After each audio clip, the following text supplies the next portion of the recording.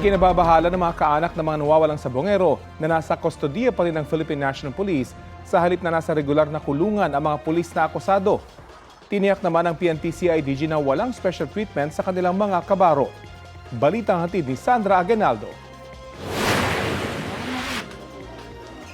Bukod sa patuloy na pagtatago ng negosyanteng si Charlie Atong Ang, may ilang bagay na kinababahala ang mga kaanak ng missing sabongeros na ipinarating nila sa Department of Justice o DOJ.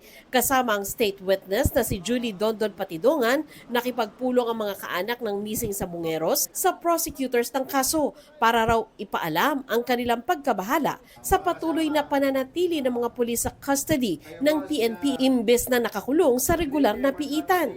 Si Ang at iba pang akusado ay nahaharap sa 26 counts ng kasong kidnapping with homicide at kidnapping with serious illegal detention kaugnay sa pagkawala ng mga sabongero. Magkakaroon po ng special treatment dapat sila malipat sa regular jail. Nananawagan po kami kay Sir Nartates and Morico na sana pagbigyan po nila yung hinihiling po namin. Wag po nilang ibigay lahat ng simpatsya para po doon sa mga pulis na alam po naman natin na merong kinalaman sa kaso namin. Ayon sa PNP, 14 na pulis ang nakakulong sa PNP Custodial Center habang naghihintay ng commitment order para sa kanila. Pero hiniling daw ng abogado ng mga akusado sa korte na manatili sila sa PNP custody dahil sa umunay banta sa kanilang buhay. Ayon sa PNP Criminal Investigation and Detection Group o CIDG, partially approved ng korte ang mosyon ng mga akusado habang hindi pa ito isinasalang sa hearing.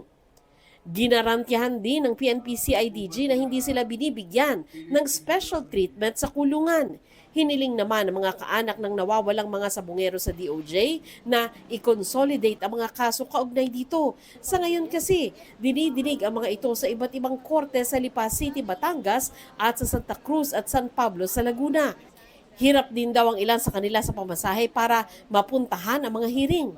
Kasi siyempre, sa totoo lang, ang hirap po ng pinagdadaanan ng complainant. Mahirap na, pinahihirapan pa. Biktima na, pinahihirapan pa. Bukod dyan, kumuha na rin daw sila ng private lawyer para makatulong sa prosecutors ng DOJ. Nag-ambag-ambag kami para sa private prosecutor para at least maka-monitor po lalo, makatulong sa case namin na mabigyan kami ng linaw, na mga updates. Wala pang reaksyon sa ngayon ng DOJ kaugnay sa mga idinulog na issue ng mga kaanak ng missing sabongeros. Pinaghahanap pa rin ng mga otoridad si Ang at may alok na 20 million pesos na reward sa sino mang makapagtuturo sa kanya. Sandra Aguinaldo, nagbabalita para sa GMA Integrated News.